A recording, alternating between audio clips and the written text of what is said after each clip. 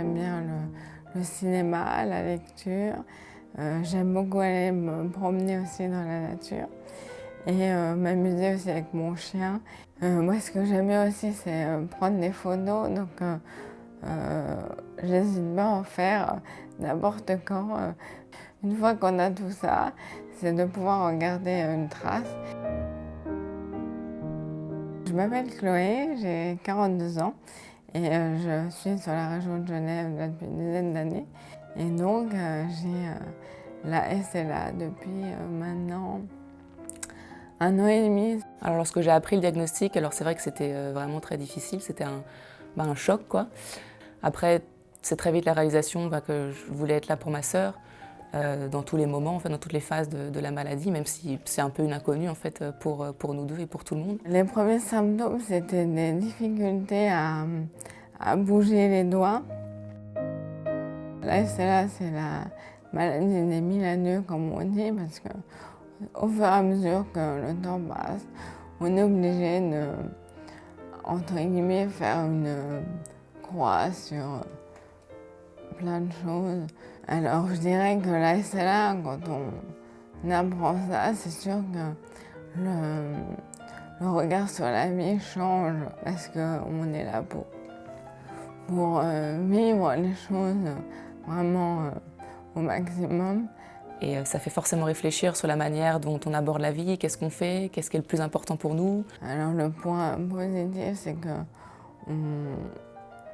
dans ces cas-là, on renforce pas mal ses liens avec ses amis et tous les gens qu'on aime. Donc on essaie de passer encore plus de temps avec les proches et les amis.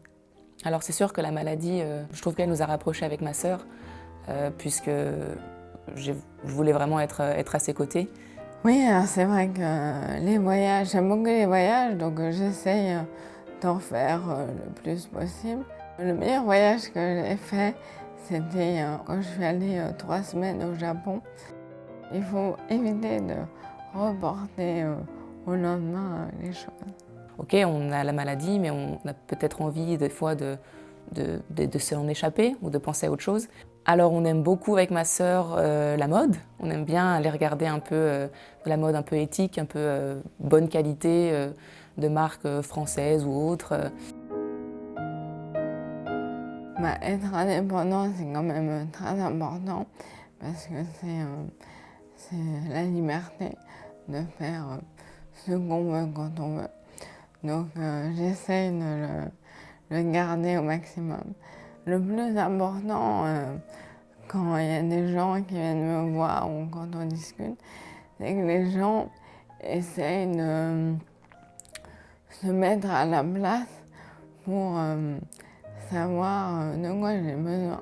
Alors moi, je souhaiterais que les autres sachent sur ma sœur que c'est une personne qui pense toujours aux autres, qui a toujours des petites attentions quand elle fait des voyages, elle ramène toujours des cadeaux et c'est quelqu'un qui a un superbe sourire.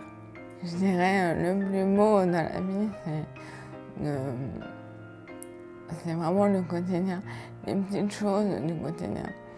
Il n'y a pas juste profiter du moment présent, de faire ce que l'on aime et voilà, ça suffit.